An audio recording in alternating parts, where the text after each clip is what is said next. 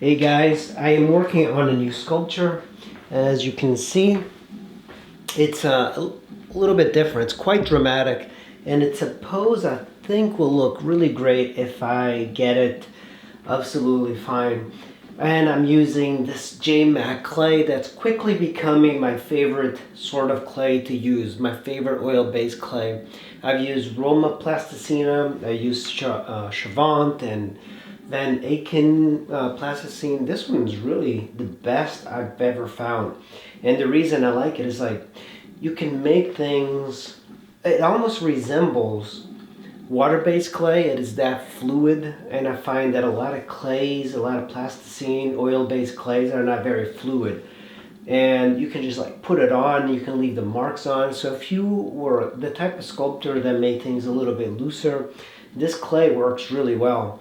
And all you do is like, you get a pen like this, you put a bunch of clay in there, pop it in the microwave for like 1 minute, then it becomes extremely soft. But you don't even need that.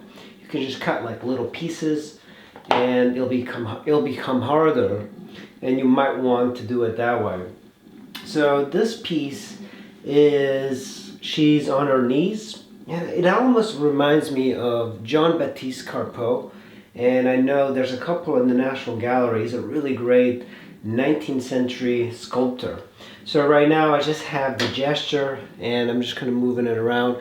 It's of course very odd shape for now, but it's important to kind of just get the general proportions, because once I fill it out, it'll be hard to move around. Now, this is oil-based plasticine. I'm not even sure if I would make copies of this. I'm going to see if I can make a waste mold out of this after I'm finished. The waste mold is basically, you make one copy and then you destroy this. And it'll be done in plaster or something cheap. But this one's pretty difficult because there's a lot of like undercuts, and that's this space here, so I would have to remove the arms, I believe. Yeah, I might like cut here, and then I might cut here, and then the arms would be cast separately. And then of course for the shaping between the legs, there is some negative shapes. I'm not quite sure what I would do with that, but I'll have to figure it out. I could potentially just put clay there and fill it out. But I kind of like that it's in a little platform. It almost looks like a trophy. So I don't know if that's a great idea, but it looks kind of neat. So this is the first day. I'm going to continue working on it. I still have a little bit more light in the day, but I usually like to work when it's daylight. When it gets to be night, I'm using my artificial light, and it makes it a little bit more difficult.